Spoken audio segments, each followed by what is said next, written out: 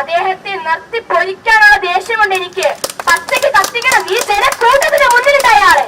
എല്ലാവരോടും ഇതുപോലെ ഒരു സാമൂഹ്യ ദ്രോഹിയെ ഇനി വെച്ചോണ്ടിരിക്കരുതെന്നും കേന്ദ്രത്തിനോടായി ആവശ്യപ്പെട്ടുകൊണ്ട് നിർത്തുന്നു. നന്ദി, നമസ്കാരം. ദിലീപിനെതിരെ ജനരോഷം അതിശക്തമാവുകയാണ്.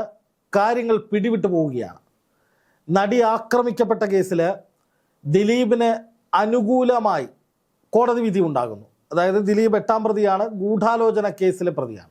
അതിൽ ദിലീപിനെ വെറുതെ വിട്ടുകൊണ്ടും 1 മുതൽ 6 വരെയുള്ള പൾസർ സുനി അടക്കം നടിയെ ബലാത്സംഗം ചെയ്ത പ്രധാനികൾ, അതിന് കൂട്ടുനിന്നവരൊക്കെ കുറ്റവാളികളാണെന്ന് കോടതി വിധിച്ച് ദിലീപിനെ കുറ്റവിമുക്തനാക്കി. ഇതോടെ ദിലീപ് തെളിവുകൾ അട്ടിമറിച്ചുവെന്നും പണമെറിഞ്ഞ് പലരെയും സ്വാധീനിച്ചുവെന്നും സാക്ഷികളെ മൊഴിമാറ്റിച്ചുവെന്നും വലിയൊരു അട്ടിമറി ഈ കേസിൽ നടന്നിട്ടുണ്ട് എന്നും പറഞ്ഞുകൊണ്ട് വ്യാപകമായ വിമർശനങ്ങളും ക്യാമ്പയിനുകളും അവൾക്കൊപ്പം ഹാഷ്ടാഗുകളുമാണ് സമൂഹ മാധ്യമങ്ങളിലും പൊതുസമൂഹത്തിലും വ്യാപിച്ചുകൊണ്ടിരിക്കുന്നത്. അതിൽ നമുക്കറിയാം, റിപ്പോർട്ടർ ചാനലാണ് ഇതിന് തുടക്കമിട്ടത്. കാരണം ദിലീപ് കേസിൽ കാലങ്ങളായി, അതായത് ആ ചാനൽ MV നികേഷ് കുമാറിൻ്റെ കയ്യിലിരിക്കുന്ന കാലം മുതൽ തന്നെ അവൾക്കൊപ്പം എന്ന ഹാഷ്ടാഗുമായി അതിജീവിതയ്ക്കൊപ്പം എന്ന് പറഞ്ഞുകൊണ്ട് ദിലീപിനെതിരെ നിരന്തരമായി ക്യാമ്പയിനിങ് ചെയ്യുന്നതാണ് റിപ്പോർട്ടർ ചാനൽ ചെയ്തിരുന്നത്. അത് മറ്റ് ചാനലുകളും റേറ്റിംഗിന് വേണ്ടി ഉൾപ്പെടെ ഏറ്റെടുക്കുകയായിരുന്നു. എന്നാൽ കഴിഞ്ഞ ദിവസം വന്ന കോടതി വിധി ഈ ചാനലുകളുടെ വാർത്തകൾക്കും ക്യാമ്പയിനിങ്ങുകൾക്കും ഒക്കെ കടകവിരുദ്ധമായിരുന്നു. ദിലീപാണ് പ്രതി, അല്ലെങ്കിൽ ദിലീപ് ഗൂഢാലോചന നടത്തിയെന്ന് തെളിയിക്കാനുള്ള തെളിവുകളില്ല, അത് തെളിയിക്കുന്നതിൽ പ്രോസിക്യൂഷൻ പരാജയപ്പെട്ടു എന്ന് കൃത്യമായി പറഞ്ഞുകൊണ്ടാണ് ദിലീപിനെ കുറ്റവിമുക്തനാക്കിക്കൊണ്ട് ഹണിയം വർഗീസ് എന്ന മജിസ്ട്രേറ്റ് വിധി പറഞ്ഞത്.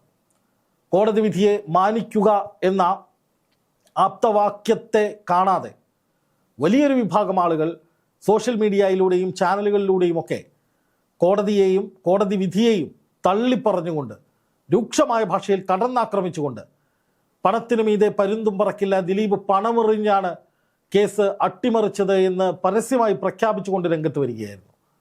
ഇന്നലെ ഭാഗ്യലക്ഷ്മി എന്ന സിനി ആർട്ടിസ്റ്റ് ഉൾപ്പെടെ ദിലീപിനെ ഇനിയും ഞാൻ പ്രതി എന്ന് വിളിക്കും, കുറ്റവാളി എന്ന് വിളിക്കും എന്നൊക്കെ പറഞ്ഞ് പക്കാ കോടതിയെ ലക്ഷ്യമാണ്. അങ്ങനെയുള്ള പരാമർശങ്ങളൊക്കെ പൊതുമധ്യത്തിൽ വാർത്താ സമ്മേളനം വിളിച്ചു പോലും പറയാൻ തയ്യാറാവുകയാണ്.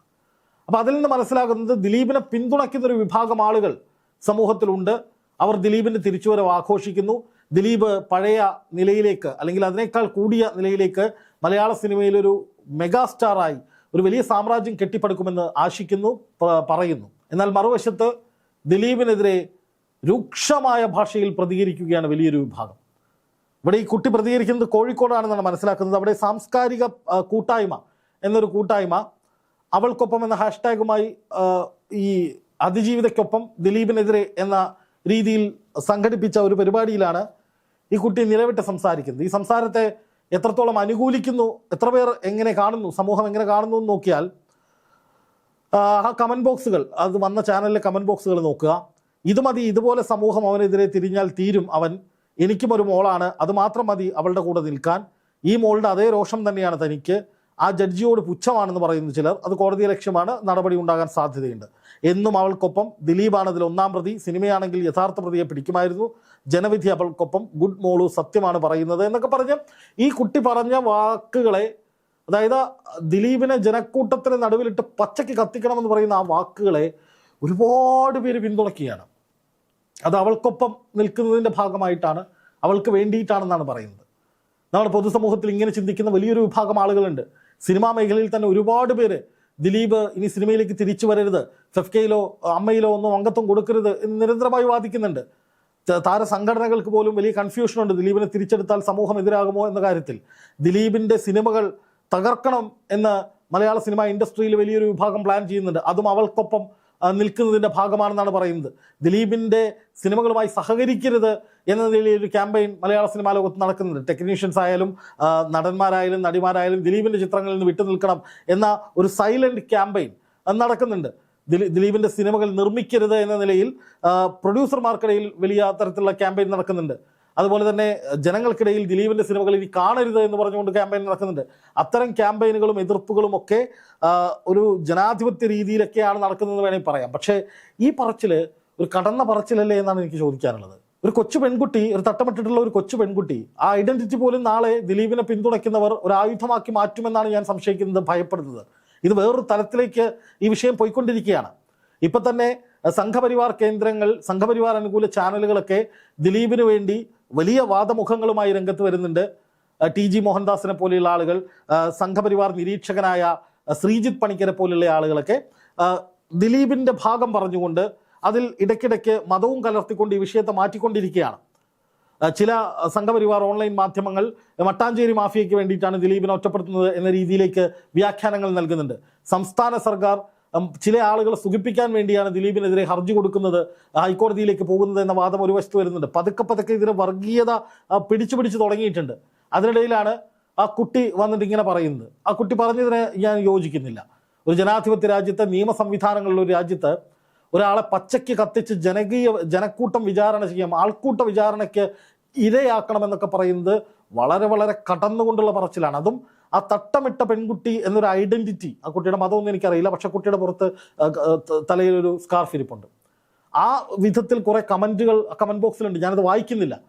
അതിനെ കമ്മ്യൂണലായി ഈ വിഷയത്തെ, ഒരു കുട്ടിയുടെ രോഷത്തെ, അറിവില്ലായ്മയെ, അല്ലെങ്കിൽ ഞെട്ടിക്കുന്ന വിധത്തിലുള്ള ഒരു പ്രതികരണത്തെ, അതിവൈകാരികമായ ചില വാക്കുകളെ, തെറ്റാണെങ്കിൽ പോലും അതിനെ കമ്മ്യൂണലൈസ് ചെയ്ത് പ്രചരിപ്പിക്കുന്ന ആളുകൾ നടത്തുന്ന കമൻറ്റുകൾ ഞാൻ വായിക്കുന്നില്ല. പക്ഷേ ഇത് പിന്തുണയ്ക്കാൻ കഴിയുന്ന ഒരു പ്രതികരണമല്ല. ദിലീപിനെതിരെ രോഷമുണ്ടാകാം, ദിലീപ് പണമെറിഞ്ഞ് കേസ് ജയിച്ചതാണെന്ന് വാദിക്കുന്നവരുണ്ടാകാം, ദിലീപിൻ്റെ പല നടപടികളോടും എതിർപ്പുള്ളവരുണ്ടാകാം. പക്ഷേ ദിലീപിനെ ആൾക്കൂട്ട വിചാരണക്കിരയാക്കി ചുട്ടുകൊല്ലണം എന്നൊക്കെ പറയുന്നത് വല്ലാത്ത കടന്ന പറച്ചിലാണ്. അത് ഈ സമൂഹത്തിൽ ഉണ്ടാക്കുന്ന ഭിന്നിപ്പ്, വിദ്വേഷം, അല്ലെങ്കിൽ അത് മുതലെടുത്തുകൊണ്ട് ഈ വിഷയത്തെ കമ്മ്യൂണലൈസ് ചെയ്ത് വേറെ തലത്തിലേക്ക് കൊണ്ടുപോകാൻ ശ്രമിക്കുന്നവരുടെ ഇടപെടൽ ഒക്കെ വളരെ വേഗത്തിലുണ്ടാകും. അതുണ്ടാകാനുള്ള സാധ്യതയുണ്ട് എന്നാണ് ഞാൻ മനസ്സിലാക്കുന്നത്. വളരെ അപകടകരമായ ഒരു സാഹചര്യമാണ്. ഞാൻ 11-ാം തീയതി പുലർച്ചെയാണ് ഈ വീഡിയോ ചെയ്യുന്നത്. ഈ സമയം വരെയും ചെറിയ കത്തലുകളെ ഈ വിഷയത്തിൽ ഉണ്ടായിട്ടുള്ളൂ. പക്ഷേ ഇത് ആളിക്കത്താനുള്ള സാധ്യതകളുണ്ട്. ഇപ്പം ദിലീപ് വിഷയത്തിൽ കോടതി വിധി മാനിക്കുക എന്ന നിലപാടാണ് എൻ്റേത്. അതിലെന്തെങ്കിലും എതിർപ്പുകളുണ്ടെങ്കിൽ മേൽക്കോടതിയിൽ പോയി അത് ബോധ്യപ്പെടുത്തുക. ഇപ്പോൾ പറയുന്നുണ്ടല്ലോ, പ്രോസിക്യൂഷൻ്റെ ഭാഗത്ത് നിന്ന് പിഴവുകളുണ്ടായി, ദിലീപ് സാക്ഷിമൊഴി തിരുത്തി, അല്ലെങ്കിൽ ജഡ്ജി കുറെ വാദങ്ങൾ കേട്ടില്ല എന്നൊക്കെ പറയുന്നവരുണ്ട്.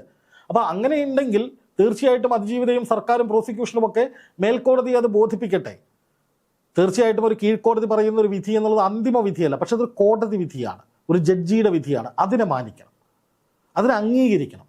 ഒരു ജനാധിപത്യ രാജ്യത്ത് ജുഡീഷ്യറിക്ക് അതിൻ്റെതായ പവറുള്ള ഒരു ജനാധിപത്യ മതനിരപേക്ഷ സെക്യുലർ സമൂഹത്തിൽ ഒരു ഭരണഘടനയുള്ള ഒരു രാജ്യത്ത്, നമ്മുടെ ഇന്ത്യ മഹാരാജ്യത്ത് കോടതി വിധി മാനിക്കുക, ആ കോടതി വിധികൾക്ക് മേൽ, അതായത് കീഴ്ക്കോടതി വിധിയിൽ അതൃപ്തി ഉണ്ടെങ്കിൽ മേൽക്കോടതിയിലേക്ക് പോവുക എന്നുള്ളതാണ് നമ്മൾ സ്വീകരിക്കേണ്ട ഒരു നയമെന്നാണ് ഞാൻ മനസ്സിലാക്കുന്നത്.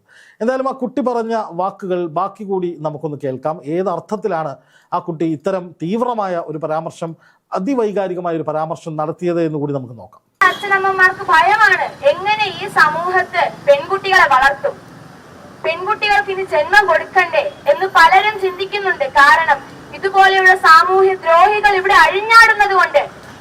എന്തുകൊണ്ട് ഇതിനൊന്നും എതിരെ ഗവൺമെന്റ് നിൽക്കുന്നില്ല? ദിലീപിന് പണമുള്ളത് കൊണ്ടോ? അതുമല്ല അദ്ദേഹം സിനിമാ നടനാണെന്നുകൊണ്ടോ? അദ്ദേഹം എന്നൊരു വാക്കിന്റെ അർത്ഥം അത് ദിലീപിന് ഒരിക്കലും ചേരില്ല. കാരണം അദ്ദേഹം എന്ന് ബഹുമാനത്തോടെ, സ്നേഹത്തോടെ നമ്മൾ ഒരാളെ വിളിക്കുന്നതാണ്. ദിലീപിനെ പോലെ ഇനി എത്ര പേർ ഈ നാട്ടിൽ ഇനിയും വരും? ഒരിക്കലും ഒരു പെൺകുട്ടിക്ക്, ഇപ്പോൾ എല്ലാവരും പറയുന്നുണ്ട് പെൺകുട്ടികൾക്ക് ഇറങ്ങി നടക്കാം, കുഴപ്പമില്ല. പക്ഷെ പലയിടത്തും പെൺകുട്ടികളെ വീണ്ടും അടച്ചിട്ടിരിക്കുകയാണ്. എന്തുകൊണ്ട്? മാതാപിതാക്കൾക്ക് ഭയമാണ് പെൺകുട്ടികളെ പുറത്തിറക്കാൻ. ഇനി അവൾ പുറത്തിറങ്ങുന്നിടത്ത് അവളുടെ ചുറ്റും എത്ര പേർ, ദിലീപിനെ പോലെ എത്ര പേർ വരുമെന്ന്. സിനിമാ നടന്മാർക്ക് പോലും അപമാനമാണ് ദിലീപ്. എന്റെ സുഹൃത്തുക്കള് ദിലീപിനെ കുറിച്ച് പറയുമ്പോൾ 100 നാവാണ്. എനിക്കും 100 നാവായിരുന്നു. കാരണം നമ്മൾ ഏറെ സ്നേഹിക്കുന്ന ഒരു സിനിമാ നടനിൽ ഒന്നായിരിക്കണം ദിലീപ് ഇതുവരെയും. പക്ഷെ ഇപ്പോൾ എനിക്ക് എന്നോട് തന്നെ പുച്ഛവും ലജ്ജവും തോന്നുന്നു. ഇത്രയും നാൾ അയാളുടെ സിനിമ കണ്ടതിൽ. കാരണം അയാളുടെ സിനിമയിൽ എത്ര നല്ല റോളാണോ അയാൾ അഭിനയിച്ചത്, അതിനേക്കാൾ വൻമതിൽ മാസായിട്ടാണ് അയാൾ ജീവിതത്തിൽ പ്രകടമാക്കുന്നത് ഓർക്കുമ്പോൾ അദ്ദേഹത്തെ നിർത്തി പൊരിക്കാനുള്ള ദേഷ്യമുണ്ട് എനിക്ക്. പച്ചയ്ക്ക് കത്തിക്കണം ഈ ജനക്കൂട്ടത്തിന് മുന്നിലിട്ട് അയാളെ. എല്ലാവരോടും ഇതുപോലെ ഒരു സാമൂഹ്യ ദ്രോഹിയെ ഇനി വെച്ചോണ്ടിരിക്കരുതെന്നും കേന്ദ്രത്തിനോടായി ആവശ്യപ്പെട്ടുകൊണ്ട് നിർത്തുന്നു. നന്ദി, നമസ്കാരം. നോക്കുക, ഒരു പെൺകുട്ടി എന്ന നിലയിൽ ആ പെൺകുട്ടിയുടെ പിതാവ് അനുഭവിക്കുന്ന വിഷമങ്ങൾ ഓർത്ത് ഈ സമൂഹത്തെ നോക്കിക്കൊണ്ട് ഈ പെൺകുട്ടിയുടെ പിതാവ് പലതരത്തിലും വിഷമങ്ങൾ പറയുന്നുണ്ട്. ഈ സമൂഹത്തിൽ എങ്ങനെയാണ് മോളെ നിന്നെ ഞാൻ വളർത്തുക എന്ന വിഷമം അദ്ദേഹത്തിനുണ്ട്. അതൊക്കെ കണ്ടു വളരുന്ന ഈ സമൂഹത്തിൽ സ്ത്രീകൾക്കെതിരെ നടക്കുന്ന അതിക്രമങ്ങൾ കണ്ട് മനമുരുകുന്ന, വേദനിക്കുന്ന ആ കുറ്റം ചുമത്തപ്പെട്ട ആളുകളൊക്കെ കുറ്റമുക്തരാക്കി വരുന്നത് കണ്ട് അതിൽ മനോവേദന പൂണ്ട് ഒരു കൊച്ചു പെൺകുട്ടി നടത്തുന്ന ഒരു തീവ്രമായ ഭാഷണം എന്ന നിലയിലാണ് ഞാനിതിനെ കാണുന്നത്. വൈകാരികമായ ഭാഷണമാണ്. കാണുകയും കേൾക്കുകയും ഒക്കെ ചെയ്ത് മനം മടുത്ത് സഹികെട്ട് ഒരു കുട്ടി പറയുന്ന പറച്ചിലാണ്. പക്ഷെ അത് പല രീതിയിലേക്കും വ്യാഖ്യാനിക്കപ്പെടാം. എനിക്ക് അഭ്യർത്ഥിക്കാനുള്ളത് പൊതുസമൂഹത്തോട്, നിങ്ങൾ അവൾക്കൊപ്പമോ അവനൊപ്പമോ ഒക്കെ നിൽക്കുക. അത് നിങ്ങളുടെ ഇഷ്ടം. കോടതിയാണ് തീരുമാനിക്കേണ്ടത് അന്തിമമായി എന്താണ് വിധിയെന്ന്. ഇനി മേൽക്കോടതി, ഹൈക്കോടതിയുണ്ട്, സുപ്രീം കോടതിയുണ്ട്. അവിടങ്ങളിലൊക്കെ എന്താണ് വിധി വരിക, സർക്കാരും പ്രോസിക്യൂഷനും ഏത് തരത്തിലാണ് ഈ കേസിനെ കൈകാര്യം ചെയ്യുക എന്നൊക്കെ അറിഞ്ഞിട്ട് പോലെ ഇതുപോലെയുള്ള തീവ്രമായ നിലപാടുകൾ സ്വീകരിക്കുന്നത്. ഇത് വിഷയത്തിൽ നിന്ന് മാറി മറ്റു പലയിടങ്ങളിലേക്കും ഈ വിഷയത്തെ കൂട്ടിക്കൊണ്ടുപോവുകയാണ്. ഒന്നാമതേ നമുക്കറിയാം, ഈ തട്ടവും അത്തരത്തിലുള്ള ഭാഷണങ്ങളും നമ്മുടെ സമൂഹത്തെ വർഗീയവൽക്കരിക്കാൻ കുറച്ച് പേര് നടത്തുന്ന ശ്രമങ്ങളും ഒക്കെ നമുക്ക് മുന്നിലുണ്ട്. അപ്പോൾ സ്വാഭാവികമായിട്ടും അവർക്ക് വളമിട്ട് കൊടുക്കുന്ന രീതിയിലേക്കുള്ള പ്രതിഷേധങ്ങൾ, വാഗ്വാദങ്ങൾ, വെല്ലുവിളികളൊക്കെ ഒഴിവാക്കുന്നതാണ് നല്ലത് എന്നാണ് എനിക്ക് പറയാനുള്ളത്.